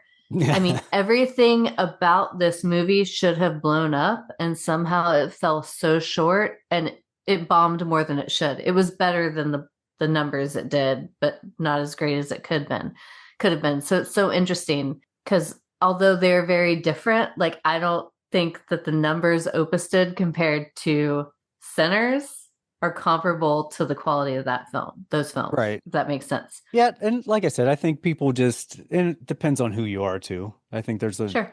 broader audience for this movie as opposed to like, I don't The want to art say, house shit is blowing up, and John Malkovich Yeah, is fucking well- Malkovich, and people love Juliette Lewis. It was just But- so but I'm weird that saying- movie did like the worst of any A24 movie ever. but I'm saying this is more of like And a I think the worst box office of the year. more digestible for like the general public because you don't Sure. necessarily have to be a horror fan to like this. Yeah, You know, no. and you're bringing like a bunch of Michael B. Jordan fans into it too, which he's Are there again. that many? Oh yeah, I mean from Black Panther to Creed, like people talk about Creed 1 and 2 about But how he they're- wasn't the Black Panther. no, he was No. just a guy in it. But Yeah. but Creed, people acted like that was the best movie since like Rocky, as far as like So we're gonna show boxers. I didn't see any of the Creeds. and it's so. not. It's I mean, It's good. I saw it in It's- theater, it's but I good, don't remember but- it being better than the original Rocky, but some people say that. right. But people are like, oh my God. And Interesting. you're like, what movie are you watching? But if you looked at what movie's more popular, oh, Creed would probably be more popular than Rocky. So I think it's just probably hit at the right time. He does a lot of interesting things in it that Sure. a lot of different people can grab onto, you know? Well, and timing is a big So- thing. I so- heard it was absolutely. supposed to be released in March, but what was the Bong Joon-un, or I'm going to say his name wrong, sorry, film that both of those were shot on film. Right. This is what I heard. And so the deliverables were too hard. So they went with the other one first, and then pushed Sinners out till, I don't know when it came out in May or whatever. It was supposed to come out in March. But if you think just timing could have been a different thing, like Oh, absolutely. the other one totally bombed out. I heard it was bad. I didn't see it, but and it's just fascinating. Like Yeah. Well, also too, because I mean, Ryan Coogler, he did Fruitvale Station, and then I forget what his other movie was, and you know, he's kind of has this reputation as a little bit of an activist too. So people with whatever, it doesn't matter what it is. If a person likes something another director or actor is doing, no matter what they do, like there's fans of just directors or fans of actors. So no matter what they do, they're gonna think it's amazing, no matter, even if it's not, which also comes with celebrity. You know, some people won't give it an honest, like, oh, I really like him acting or his directing or her directing, but you know, I don't like this because once, especially if you have like any sort of like, I'm an activist for whatever it is. I don't care if it's fucking PETA or animal rights or whatever it is.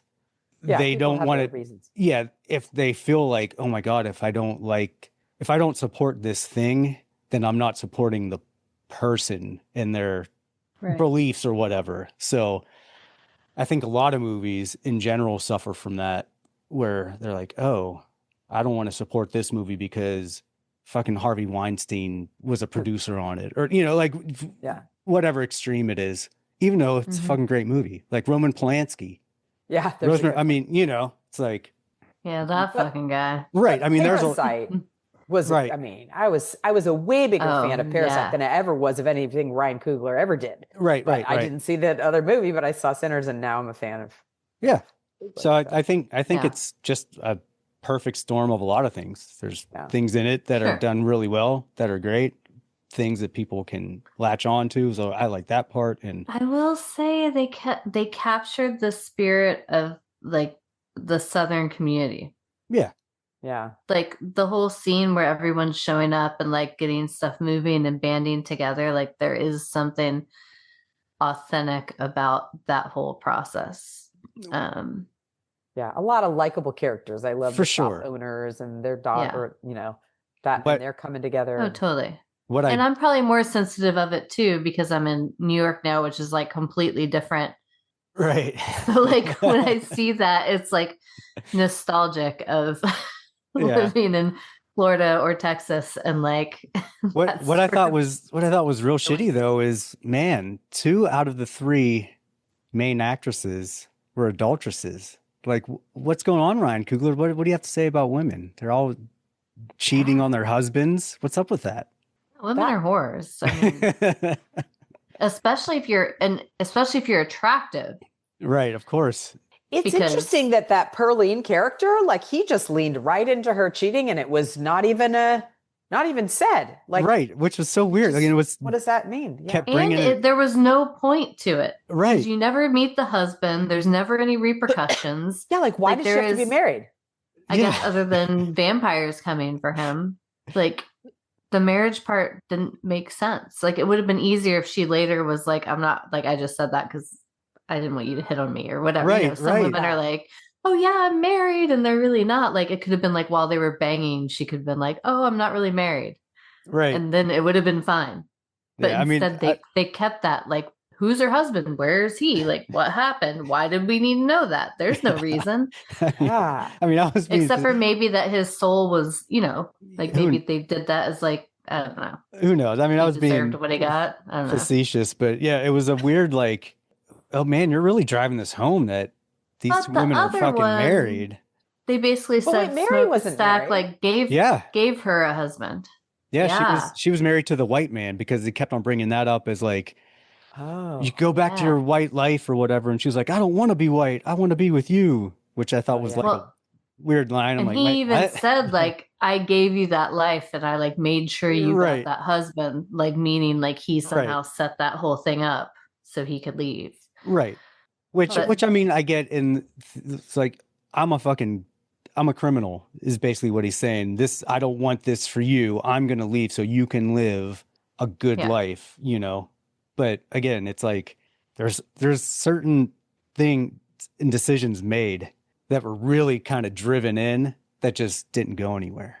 So I'm Yeah. like, Yeah, Or and we the could one just that fight wasn't each an other. adulteress. right. Run off into the sunset. Or And the one that sun wasn't down. like an Right. adulteress had a dead baby and was a soothsayer. So, Right. Which There's is that. which was like the most purest, genuine person, Yeah. in the movie. Of course. It was all- Yeah. And fucking and Mary ends up the shittiest one who kills everybody, ends up surviving, her and the brother. Yeah. hmm And then course. like right. So like, is there going to be a Sinners 2? So don't he know. says no.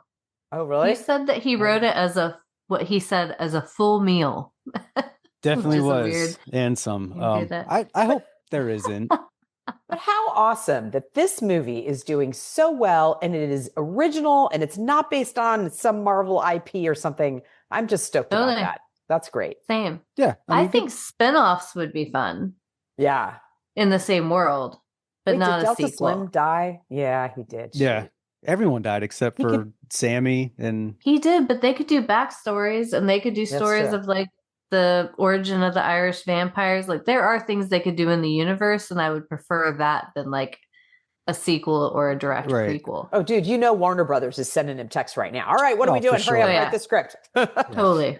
Totally. But that would have been again, the fucking Choctaw Indians, right? They're vampire hunters. They just roll in for 2 minutes. Oh, he ran into that know. house. We gotta go. The sun's going down, and then they just disappear. And but Yeah. you don't even know that they're like vampire hunters necessarily. You just know they're was so chasing quick, this yeah. vampire. You're like, But they may not be vampire hunters. well, that's what I watched an interview where he refers to them as vampire hunters, and I'm like, oh, well, why are they chasing this one vampire, and where did he come from, and why? Like, why? There's a fourth story. They could have shown up at the party Totally. and killed all the vampires and then run off and then taken Yeah. Sammy off into the Well, I mean, sunset. that's a lot of people. I've seen that online. People are like, well, what happened? Like, why didn't they show up if they're chasing these fucking vampires or this Yeah. one vampire, And I'm like, yeah, that would have made more sense as opposed to just these natives just rolling around and not getting the guy, or like not trying to kill the vampire because he ran into a house. And not even, trying to help the woman. They were like, No. oh, whatever, she's screwed. Yeah, they didn't even tell them or nothing. They're just like, all right, we're gonna go now, and then they just disappear for the movie. I'm like, There's a piece of me that likes that though, because she's at the door, like holding their gun and not trusting and whatever. And we're like, she got punished for her mistake. I mean, for not, yeah, totally. not believing them, but whatever. You can. Yeah, there was some karmic justice. But also, Okay. like, do you think maybe that guy was attracted to the Choctaw because of like one of their dances or their songs? And then they chased them out? That's the thing. There's too many questions. I don't know. Like, I'm kind of left wondering, well, what's the point of this story? Like I said, for me, I'm like, okay, I want to see a vampire movie.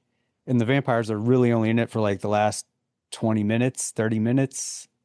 And then It was there's like an hour. There's like vampire hunters, but why are the vampires here? Then they do like musical numbers and they're doing their Irish jig outside. And I'm like, that was fun. I love that. Yeah.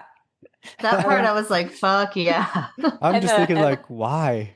And the song they sang at the front door, the pickin' whatever, like if I was like, the first time I heard it, I'm like, okay. And I think I looked it up and it's supposed to be about picking someone dry in like gambling, like taking all their money. But if you think about it in the vampire sense, it's kind of interesting. Yeah. Yeah. I mean, like I said, this movie is definitely interesting, but for me, it was just too much. There's too much. I want a simpler story. If you separated them all out again, it is I would simple. People have a community gathering, a vampire comes, they get eaten, and then someone kills some racists. Done. Yeah, but it's a lot more involved in that. Which would have been totally a fine story if they would have just left it at that. But they introduced too many things without finishing out that story. So I'm like, okay. And again, if Michael B. Jordan wasn't in this and was somebody else, you would like it so much more. I would probably like it better. I just never bought his delivery on anything. I thought he did good. He got the accent right. Well, it's like I was telling Lisa before. He sounded like my pawpaw. It was weird. It's not necessarily. It wasn't just the accent. It was just the things he was saying. I'm like, I don't believe you're that guy. Like, I don't believe you're that guy. And maybe that's because I saw him in Chronicle, where he played more of like, oh, I'm this high school athlete and I'm going out for class president and I'm this studious guy and I'm kind of like, a goody two shoes type person, which is kind of how he was brought up. Like I guess he grew up in Newark, New Jersey, which isn't the greatest places, but his mom was a teacher. The worst. From his upbringing, I fly out of Newark and let me just tell you, it's terrible. Fucking worse. Yeah, but you could tell he was brought up in. I picked up Dominic from the airport, and I was like, "Just wait, it's gonna drive us through a part of it, and like all the buildings have like one entire wall missing." And Dom goes, "Wow, I thought parts of Oakland was bad. I've never seen anything like this." And I'm like, it's definitely rough, but you could tell he was brought up in a very proper household, or like. I don't know that there is that in Newark, so. It was him for sure. You could tell, and from his family history. He's an actor. I know, but it's his family his family history. You're like, oh yeah, you were brought up, two family household. Your mom's a teacher, your dad's this, and he's a thespian. Yeah. What do you expect? And brought up through an acting school and stuff like that. So yeah. Well, your dad's a big ass basketball player, right? Yeah. I mean, so it's like that is going to influence somebody. I mean, right now, I don't know. I don't think his dad was a basketball player. Not Michael Jordan. I've always heard he's his son, but he just doesn't advertise it. No, I don't think so. Yeah, okay. I don't think so. I mean, that'd be awesome if it was. But maybe it is. I mean, I just went on the Wikipedia. Is that his dad? Looked and it didn't. It just said his, gave some generic job for his dad, but his mom was a school teacher. No way. Yeah. Oh no. His dad is Michael A. Jordan, and he's Michael B. Jordan. Yeah. That's so funny. But yeah, if it was a different actor, like everyone else in the film, I thought did it such a good job that I'm like, him, I just don't believe it. And again, it's probably from when I saw Creed and I saw the change of him going from like this, I'm kind of a nerdy guy and portraying a nerdy guy to like, I'm this fighter and I'm just a badass. And I'm like, are you though? Just because you take a bunch of gear and steroids to play a role doesn't mean you're that person, which a lot of actors. You have to believe it in here if you're going to be an actor, and that's right. Mm-hmm. But so yeah, that's my whole issue with it. Let's rate it. Since you're here, Lisa, you're the guest. Okay. Out of 5 vampire zombie candy corns, what are you giving it? All right, I think I got my number. Okay. I'm gonna give it. I'm scared. Wait, someone else go first. Okay, I'll go first. Okay. I'm going to give it 3.25. Woo! Ooh. For the All right. surprise factor and how beautiful it was and the music and the dancing, like More than Night of the Creeps, I'm crushed. yeah. I'm gonna give it a 3 even. I was so excited Okay. to have a percentage of a candy corn, but a 3 even. There we go. Okay. Uh-oh. Yeah. I'm going to give it 1.75. bingo. You guys know each other. Yeah. Huh? Mhm. I wanted so much more from the movie. And like I said, certain actors just bummed me out. I didn't like that casting. There's cool stuff. It's just too much for me. I would have liked maybe combining separate stories that were involved in it. I thought would have been more to my liking anyway. It was just so long too. Like, Oh, that's a 2.666 average. 2.7. There we go. Which is pretty good. That's like Or just keep the 666. or the triple Oh, that's sixes. cool. Hail Satan. Yeah. Yeah, I think. I mean, I don't know why a lot of people would like think it's the best movie in the world, which No, a lot of people it's seem not. to. Again, I think people just Well, and let's also Listen, look at what else is out there. Right, Not a right. lot of great things. I mean, there's good things, but not a ton is coming out that's super great. So Right. therefore, No. people, I think, when something is unique, I think Yeah. this is unique. And Yeah, so, especially yeah, it's unique and it's fun. Like, look, I Yeah, love people shooting the shit out of KKK members. Like, I love that. I love watching that. I love Yeah. watching them bleed and like blow up and then be like, oh, don't kill me. And then you kill them. That's cool. I like vampires. I like vampires that bite people. I like blood. I like Delta Blues. I like random metal and like operatic when the Yeah. scariest stuff happens. And I like silliness after a long day of work. That's a little too serious. So, yeah. I mean, I Yeah. get it. I understand I'm why some surprised. people might. But dig yeah, it. story, Yeah. lots of holes in there. And not a real clear direction as to like what they want you to love about it. But again, Right. I think that that's kind of the thing that maybe step back and it's like music, community. That's what captures your heart, less protagonist, real Yeah. storyline. I mean, story and music Just were think of it as a party. the big things that just bummed me out because I'm like, oh, I wanted to hear some Robert Johnson. I wanted to hear some Reverend Robert Wilkins in Yeah, it. but this is and a I got, mainstream movie. I get I it, know, but I know, you know but that wasn't gonna that's part happen. of being like when you're like a deep, huge fan of like certain aspects, and then they put it into a movie. Like, Lisa? Did you see the Elvis movie with Sean Butler that came out? Was that his name, Yes. Sean Butler? Yeah. What'd you Wait, think? of it? I think that's the actor's name. No, it's not Yeah. Sean No. Butler. No. It's No. Austin Butler. Austin Butler. Sean Yeah. Butler's the Yeah. BMX guy. Austin. Yeah. The He still talks like him. who's the yeah, I know, right. The Moulin Rouge director. Right. That one? Which Oh, Yeah, was yeah. it? yeah. Interesting. Like I'm a huge Elvis fan. I didn't watch obviously. that. I mean, he's right there. Right Oh there. yeah, yeah. you What'd know think that I of met him in Jamaica, right? Who, Elvis or Austin Yeah. Butler? Or sorry, go back. I'm like, Oh. I just really? had a weird brain thing. I'm like, No, I knew Johnny he wasn't Cash. dead. But go on. I knew Not it. Elvis.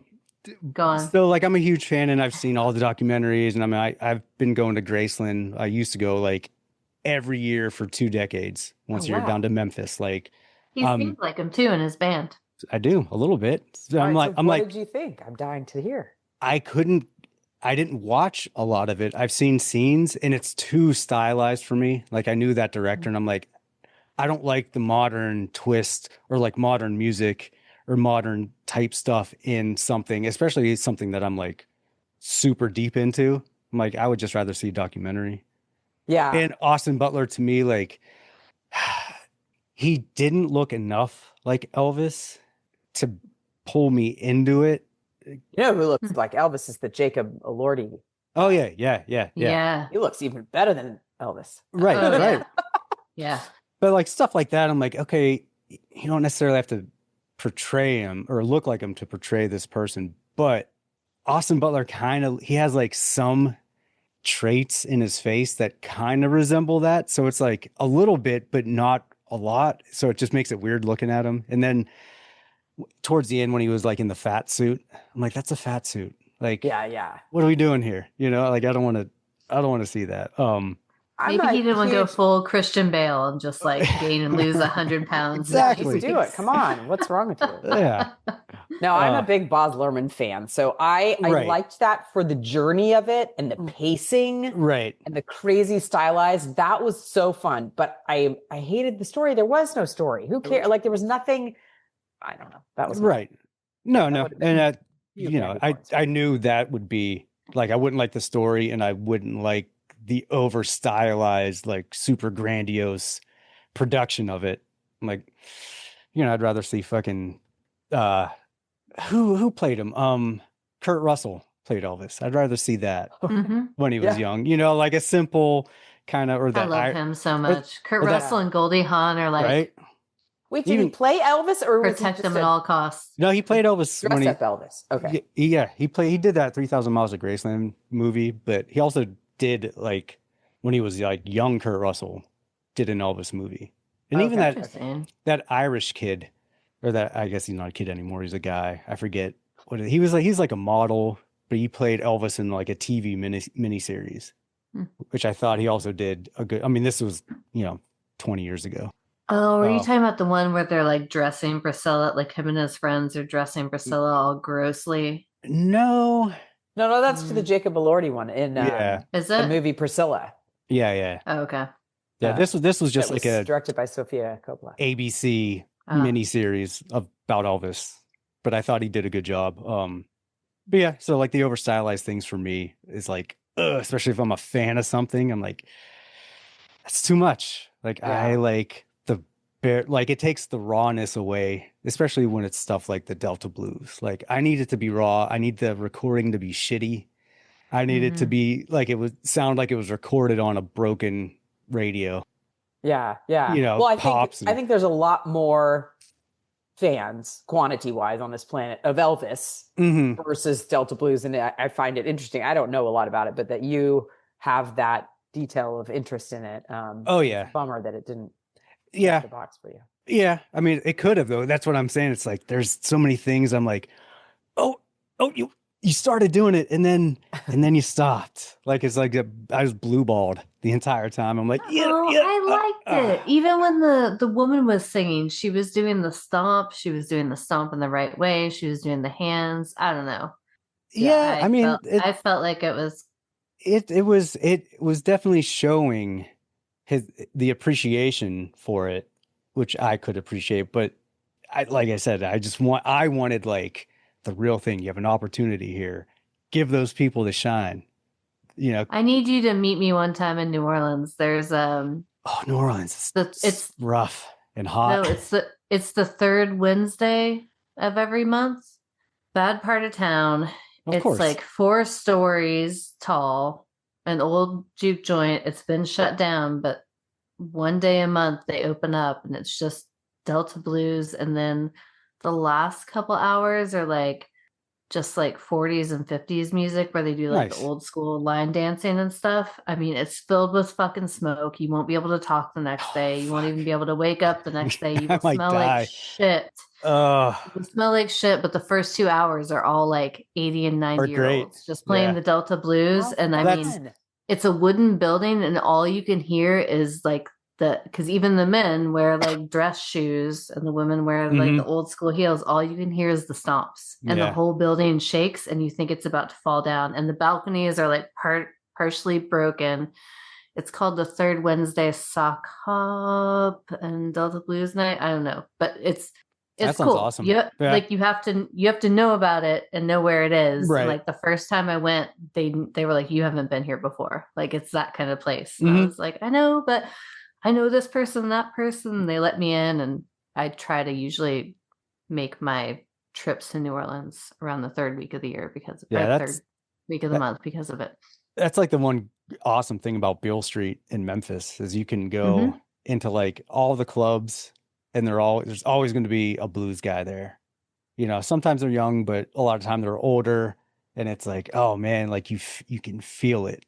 So that'd be awesome. Oh, yeah, this is cool because the whole building moves. in a dangerous way, but Yeah, in a right. great, like, You're like, oh shit, it gonna almost fall like on me. mirrors a heartbeat, like when you feel it. Right. But yeah, I mean, they don't have a bar. They don't have like things you can buy. Everyone brings their own alcohol and smokes up the place. But it's very, very, very cool. And That's cool. slightly dangerous. Huh. Well, that's Sounds like awesome. an adventure. Yeah. Before we get out of here, Lisa, what else is coming up for you? So, well, first of all, House of Abraham opens in theaters in New York on June 13th. Awesome. Oh, cool. Yeah, so I think Friday night's already sold I'm in out. New York. Friday the I know 13th. you should come down. Come Saturday night, or just I'll text you the info. So we play for a week there, and then we're in LA June 20th. We play for a week there, and then we're just kind of figuring out where it'll kind of roll out in the rest of the country after that. So Oh, that's cool. Well, yeah, so that's Abraham, and we just our sales agent took us over to Cannes to the market, and we've got some interest in foreign sales, so that's exciting Cool. too. That's always good. Yeah. So that's House of Abraham. The next project I'm doing is a romantic comedy. Okay. So Fun. a little departure from House of Abraham. It's A little bit. But Yeah. you know, House of Abraham can kind of be romantic. There's well, There- you know there- what? there's a romantic scene. There's a romantic kind of storyline between two of the characters. Oh yeah, it's so Oh. good. That was so fun to direct. Right. Yeah. So kind of romantic. But yeah, okay, I'll just pause on that. But yeah, this I've had the rights to this script for a long time. It takes place in the world of erotic romance novels. Okay. And it's called Dirty Cool. Words, and I haven't really gone down the casting role yet, but I do have Fabio attached. He is doing a cameo. That's awesome. Oh, that's, Yeah. I mean, a romantic with Fabio is like, Yeah. It's, Like how amazing is that though, to basically make your career off the cover of romance novels flowing in like hair the 80s. and muscles. I know, and then the butter. Oh yeah, and the butter, and then the killing a bird with your face. Yeah. And a roller Art, coaster. yeah. Yeah. But he, Um, I mean, have you met him? So no, I got connected with him. This is really okay. A friend of mine he was the original male supermodel. His name is Hoyt Richards, kind of like in Okay. the 90s. Yeah. And so he used to model with Fabio, so they're friends. So Hoyt introduced me to Fabio's manager, whose name is Eric, and Eric and I have talked. And so I was like, "What do you think? Do you think he would, do a cameo?" And in the movie, Hoyt's a there's babe. Pardon? Hoyt's a babe, but go on. Yeah. Oh, did you just Google him? Yeah. Oh, yeah, no, he is. He's well. And total side note, I'm going to give him a little plug here. Hoyt was in a cult for 20 Oh. years of his life in New York, and he is out of it. And he is Good for he him. he helps people. Yeah, he helps people who are in cultist situations. He's so brilliant to hear him talk about it, and he's so open about it. I remember when I first met him, he's like, "Yes, I was in a cult." I'm like, "What?" But anyway, I don't know what's coming out when, but he has a possible like Netflix special or series happening, and all sorts of things. But anyway, yeah. So Hoyt introduced me to Fabio's manager. So I had a fundraiser for Dirty Words a couple of months ago, and so Fabio did a little video for me and said, and so I put it up on the screen for possible investors. So no, he's given me a personal video, but no, I haven't met him yet. But but Hoyt says he's the nicest guy, and he's a brilliant day trader investor, is what he says. Oh, I bet. I was gonna say that because he seems in like the 30 years of seeing him on TV and interviews and just candid stuff. He seems like one of the most genuinely nice people. Yeah. So I mean, the fact that he did this video for me and he doesn't even know me, and it was just helping me to Right. to financing for And the now film he's- was super kind. Mhm. Yeah. that's So awesome. I know I'm excited to work with him. Yeah. So the scene real fast. There's the in the romance novel world. There's the awards ceremonies, kind of like not like a porn conference, but Right. it's like the Oscars, Yeah. like something like Right. that. So anyway, he's going to play the MC. So he rolls in on a big fat hog with the long stem red rose in his mouth. Is he playing himself? Uh-huh. Yes. Oh, I awesome. love that. That's Good. awesome. Yeah. That's Yeah. so Yeah, cool. so I just need to get it fully financed. So anyone who's listening, if you're interested, Yeah, if you you're wanna a be involved in the billionaire or a movie, millionaire out there listening to Yes. a Monster Candy podcast, yeah, hit up please, Lisa Belcher. She would love to talk to you. yes. She has Yeah. big things that can make you a lot of money. Yeah, this next one, I'm excited. Well, and Abraham, I'm excited about too. Yeah, I'm excited for Terry and Oubliette to watch it. Cool. I am Me too. I haven't yet because I want to do it right before we review it. Yeah, if you need a Yes. second watch on that thing I sent you, let me know. Yeah, like I said, Awesome. I definitely liked it a lot better than Sinners. Oh, wow. Oh, Yeah. wow. Wow. Wow. Yeah. That's cool. Uh-huh. Oh, my head's getting big. Oh, he's smiling too, and that's a real smile. That's not a bullshit No, smile. it's not a bullshit smile. It was more enjoyable for me because the story made so much more sense. Mm. And and I believed Abraham. Good job on Abraham, the character. Thanks. Just the script made more sense. The dialogue it all made more sense to me.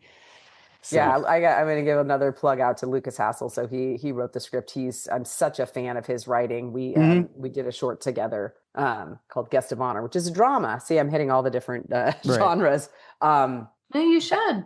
I mean, why not? I like them all, so I want to play. But anyway, he has such a great sense of good writing and good story and keeping it simple, like we were talking about. So, I mean, when I read Abraham, I'm like, all right, we need to House of Abraham. Sorry, right. But yeah, I had to make it. So yeah. Well, I'm excited to. He's also a babe. You hang out with a lot of tall, kind of Nordic, Dutchy looking men.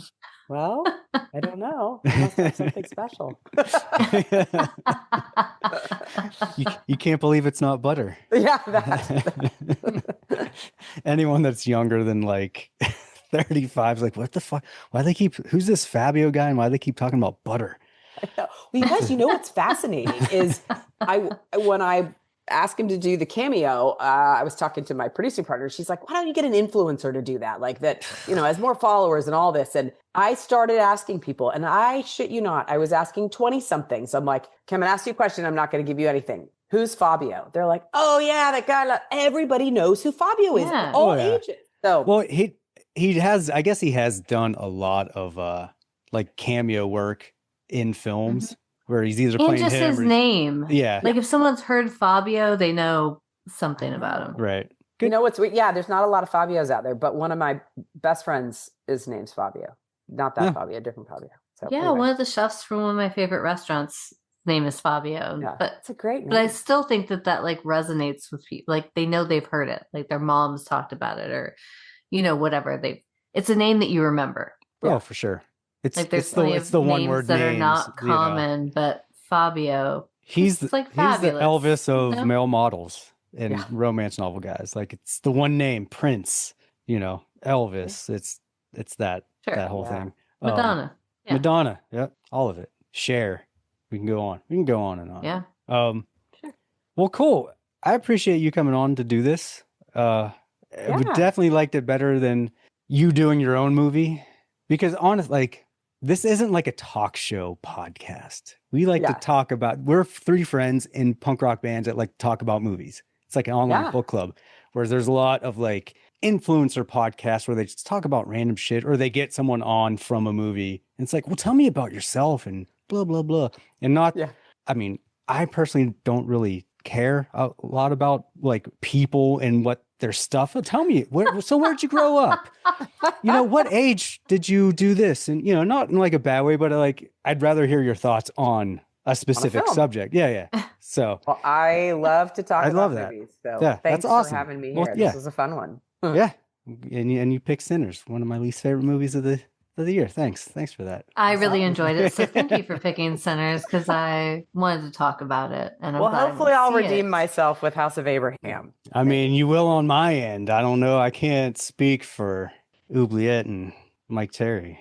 We'll see. All right. So another time you guys are going to talk about it without me, right? Yeah. Mm-hmm. Okay. Mm-hmm. Yeah, the next episode. We're going to be talking all about your movie.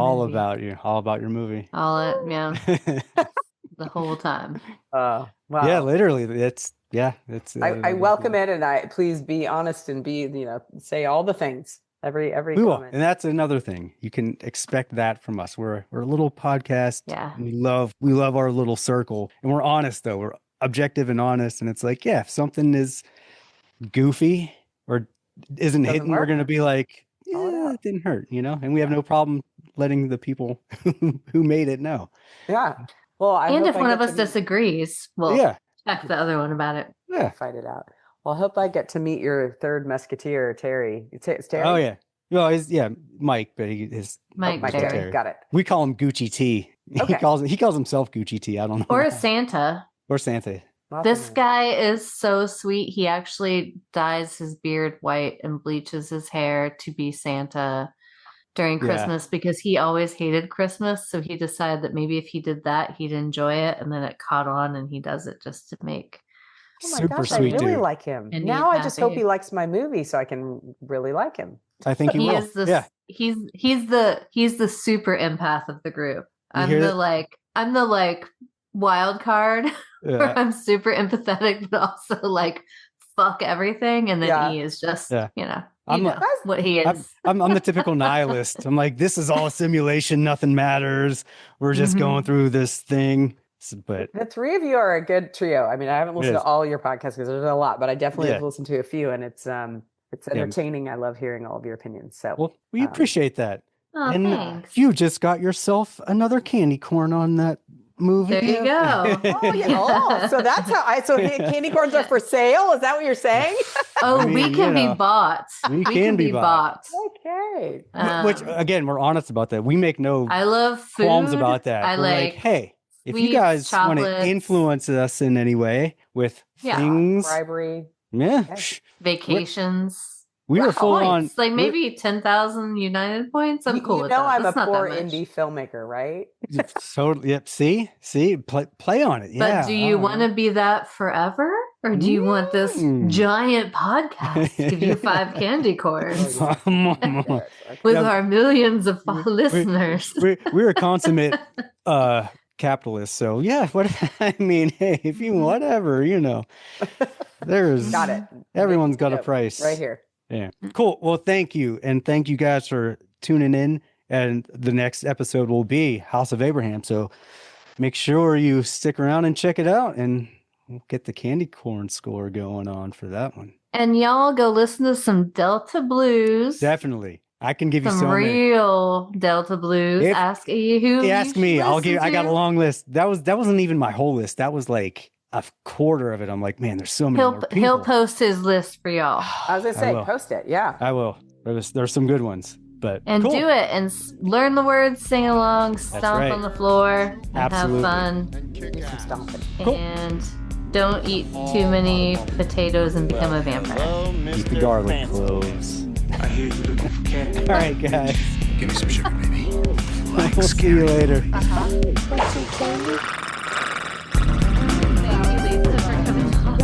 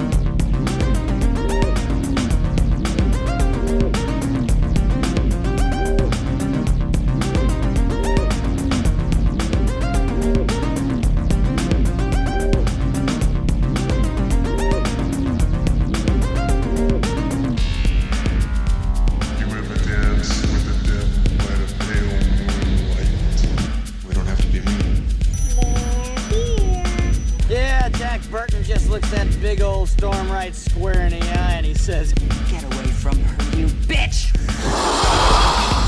You're gonna need a bigger boat. Your move, creep. Listen to them. Children of the night. What music they make.